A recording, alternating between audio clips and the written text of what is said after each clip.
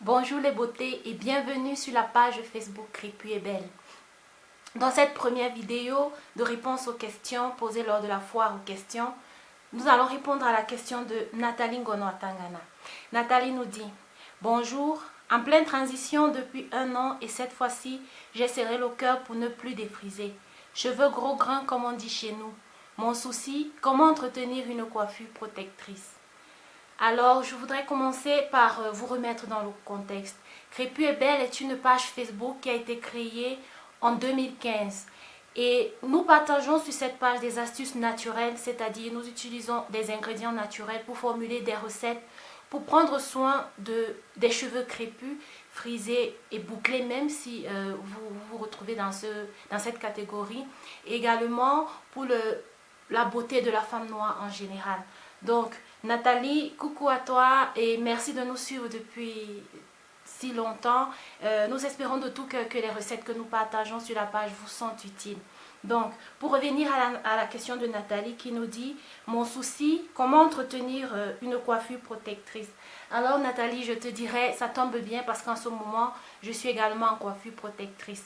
Donc, dans la première partie de la réponse, j'aimerais vous donner les filles quelques astuces sur comment faire une coiffure protectrice pour vos cheveux. Donc la première astuce que je vous donnerai, c'est d'éviter de faire des tresses qui seront très serrées à la base. Ceci pour éviter par exemple les alopécies de traction qui vont plutôt être destructeurs pour vos cheveux. Et deuxièmement, vous n'avez pas besoin de faire de petites tresses, vous pouvez faire de grosses tresses. Non seulement vous gagnez en temps et en plus vos cheveux sont effectivement protégés. Donc, je vais directement répondre à Nathalie en lui montrant comment moi je prends soin de mes cheveux dans la coiffure protectrice. Et par le même coup, comment est-ce que je vais m'assurer que ma coiffure reste belle. Donc, ce que je fais tous les matins depuis que je porte cette coiffure protectrice, que je ne porterai pas plus d'1 mois, c'est-à-dire 4 semaines. Donc, ce que je fais, c'est que je vaporise de l'eau sur mes cheveux. Ce vaporisateur contient de l'eau de source, tout simplement. Donc, je vaporise de l'eau sur mes cheveux depuis la racine et également sur la longueur des tresses, au niveau où mes cheveux sont. Donc, je vaporise de l'eau et par la suite, ce que je fais, c'est que j'utilise ma crème capillaire que voici. Donc, je prends une bonne noisette et je la réchauffe dans ma paume de main et ensuite je l'applique sur mes cheveux depuis la racine et sur toute la longueur jusqu'au niveau où mes cheveux se retrouvent dans les tresses.